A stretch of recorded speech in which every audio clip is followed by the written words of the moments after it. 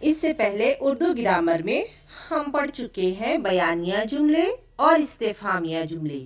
آج ہم دیکھیں گے امریہ جملے کسے کہتے ہیں۔ دیکھیں گے بچوں، آپ یہ جملے پڑھ چکے ہیں، انہیں دوبارہ پڑھیے۔ نمبر 1، میں نے تجھ پر جو زیادتی کی ہے مجھ سے اس کا بدلہ لے لے۔ نمبر 2، خوب زور سے پکڑ۔ نمبر 3، جا کے اماں سے اور مانگ لاؤ۔ نمبر 4، میرا ہاتھ پکڑ کر وہاں سے چلو جہاں مہمانوں نے کھانا کھایا تھا۔ نمبر 5، مجھے معاف کر دو۔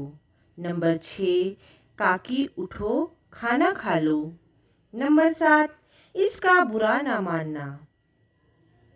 ان جملوں کے فکرے: لے لے، زور سے پکڑ، مانگ لاؤ، لے چلو، اٹھو، کھا لو، برا نہ مانو سے کسی بات یا کام کا حکم دیا جانا معلوم ہو رہا ہے، اور معاف کر دو، اٹھو، کھا لو سے معلوم ہو رہا ہے کہ انہیں بولنے والا کسی سے درخواست کر رہا ہے۔ اس طرح مثال کے آخری جملے میں برا نہ ماننا اس فقرے سے پتہ چل رہا ہے کہ اس میں کس کام کا نہ کرنے کا حکم دیا جا رہا ہے۔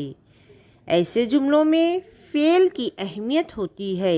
جس فعل سے کسی بات کا حکم دیا جائے یا درخواست اور نصیحت کی جائے، اس فعل کو امر کہتے ہیں۔ لے، پکڑ، چلو، اٹھو وغیرہ۔ اور جس جملے میں کسی کام کے کرنے یا نہ کرنے کا حکم دیا جاتا ہے اسے امریہ جملہ کہا جاتا ہے۔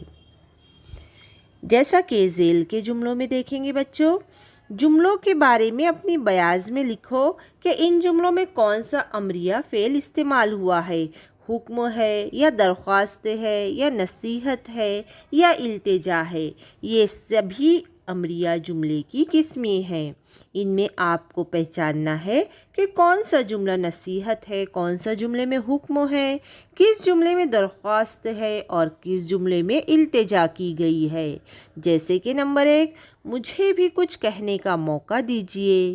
نمبر 2، کیا آپ میری بات سنیں گے؟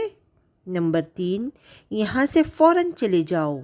نمبر 4، بزرگوں کا احترام کرو۔